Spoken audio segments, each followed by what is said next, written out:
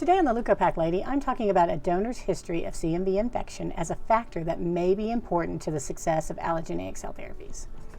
CMV, or cytomegalovirus, is a beta herpes virus widely prevalent in the human population. The proportion of the worldwide population infected with CMV varies across age range, country of origin, and socioeconomic status. Up to 85% of the world has experienced CMV infection. However, in the U.S., half of people under 20 and 60% over 40 have been infected with CMV. CMV is the type of virus that integrates into the cellular genome and can reactivate from latency throughout life. In healthy individuals, primary CMV infection and reactivation from latency rarely are accompanied by symptoms. However, individuals with weakened immune systems, such as newborns and cancer patients, exposure to CMV leads to severe symptoms across many biological systems. The primary approach for determining whether somebody has experienced CMV infection is serological testing to detect the presence of antibodies against the virus.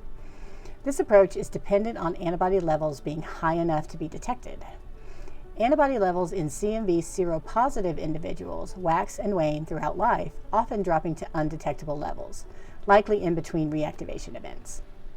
This suggests that CMV seronegative individuals could have experienced CMV infection at some point in their life, but just have undetectable antibody levels at the time of testing. In fact, studies have shown that CMV viral DNA can be detected in seronegative individuals.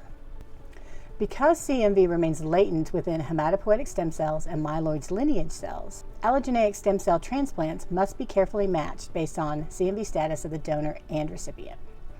However, CMV latency is lineage restricted to myeloid cells and does not occur in mature lymphocytes, bringing up the question of whether the donor's history of CMV infection is in fact relevant for allogeneic CAR-T and CAR-NK therapies.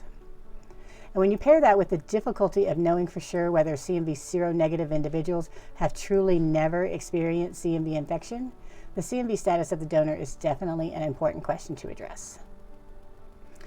As with all of the donor factors that I'm discussing in this series, developers must determine whether the donor's CMV status is relevant to the success of their specific therapies, and collectors need to help developers find the right donors, whether those be CMV positive or CMV negative. And if CMV status is in fact important, I would personally recommend not relying on serological testing to determine whether a donor has been exposed to CMV. But this is a discussion for another video.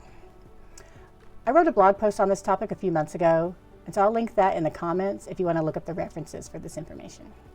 So next week, I will continue discussing potentially relevant donor factors in allogeneic therapies. See you then.